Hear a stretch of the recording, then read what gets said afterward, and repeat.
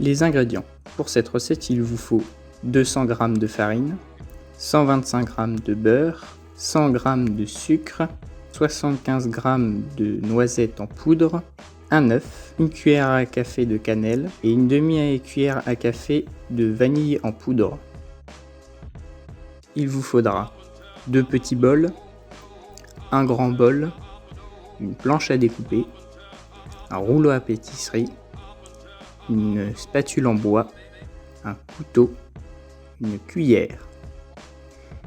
Il vous faudra aussi du fil alimentaire et des œufs en porte-pièces de différentes tailles et différentes formes selon vos envies.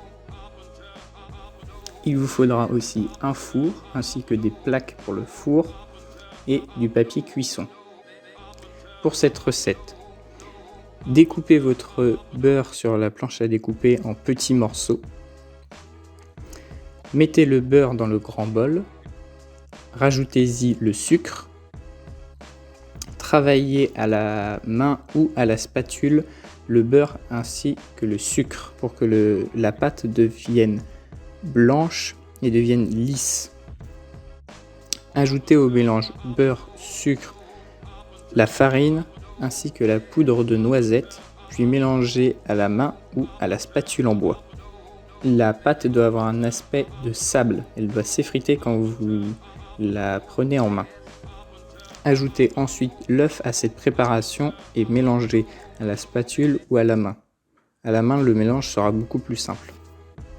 La pâte devient homogène et compacte à la fin et vous pouvez en former une boule. Enfin, ajoutez la cannelle ainsi que la vanille.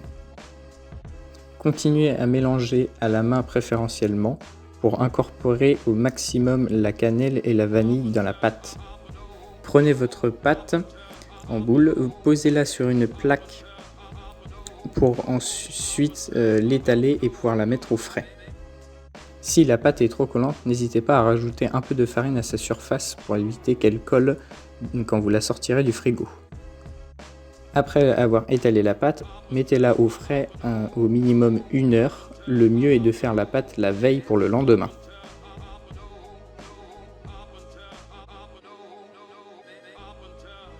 Préchauffez le four à 180 degrés. Sortez la pâte du réfrigérateur au moment de la travailler. La pâte doit avoir une épaisseur d'environ 4 mm.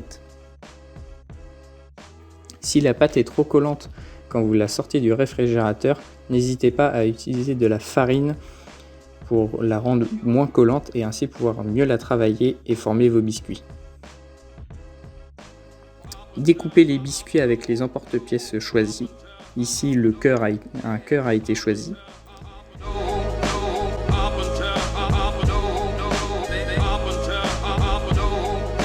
Déposez ensuite les biscuits sur les plaques. Puis enfournez les biscuits environ 10 à 12 minutes selon l'épaisseur des biscuits et leur taille. Surveillez bien la cuisson, les biscuits doivent être d'un joli blond doré à la sortie du four. À la fin du temps de cuisson, sortez les biscuits du four, attendez un peu qu'ils refroidissent, puis ensuite c'est bon, c'est prêt à être mangé. Bon appétit!